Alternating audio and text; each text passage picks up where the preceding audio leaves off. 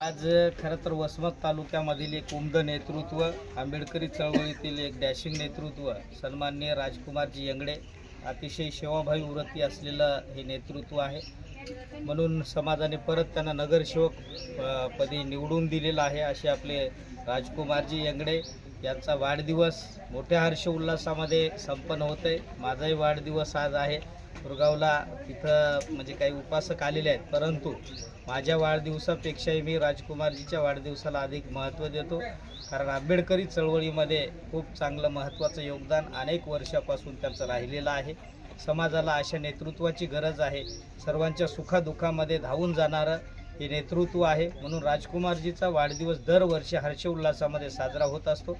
असाच साजरा करत राहावा अशी मी आपल्याकडून अपेक्षाही करतो.